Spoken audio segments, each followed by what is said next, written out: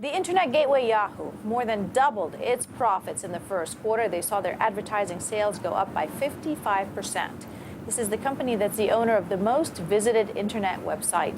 They earned 14 cents a share in the last quarter. That was higher than the street's estimates. Sales went up to $1.1 billion, also higher than estimates. And for a little bit more on their numbers, we're joined by their CFO, Susan Decker, coming to us from Yahoo's headquarters in Sunnyvale, California. Susan, thank you very much for being with us this morning. Thank you for having me. Some pretty significant numbers in terms of the advertising, up by 55%, as we mentioned there. Who are you seeing? Who are the companies that are coming on? You know, on the advertising side, we serve two primary constituents. First, the blue chip traditional marketers, and we basically handle business for the lion's share of those, classic Ad Age 100 kind of list. And then we also have an opportunity for sponsored search for small and medium-sized businesses that are looking to get high ROI, kind of like a direct marketing opportunity.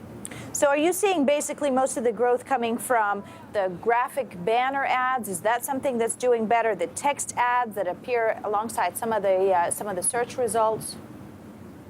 You know, we're really seeing it across the board, and what it really comes down to is the core fundamental is that our consumer numbers are hitting record levels. Our user numbers we have close to 400 million people now that are coming every month to visit the site. Close to half of those are actively registering, providing us with their information on what kinds of preferences they have. And the fact that so many consumers are coming to the site and they're spending so much more time deeper and deeper into the site is what's attracting advertising as a whole. Who are the advertisers that are still holding out, that you still can't seem to get in? I'd say that that's really not our issue these days. Our issue is getting deeper with the ones we have. We really do perform marketing services for all of the major blue chip marketers in the country, and now it's just a matter of how much upside there could be, because when you think about how much time their consumers are spending online versus other media, it's very disproportionate to what percentage of their budgets are going through the internet. So while our numbers are up very, very strongly, what's most exciting to us is how much farther they can go. And how much farther do you think they can go? Well, I'll just say that we did increase our business outlook for the year as a result of the very strong numbers yesterday. We raised our revenue range by 170. Ooh, we think we've lost Susan Decker there, obviously. So as you can see, we're going to try and get her back, but we did have a problem technically with that.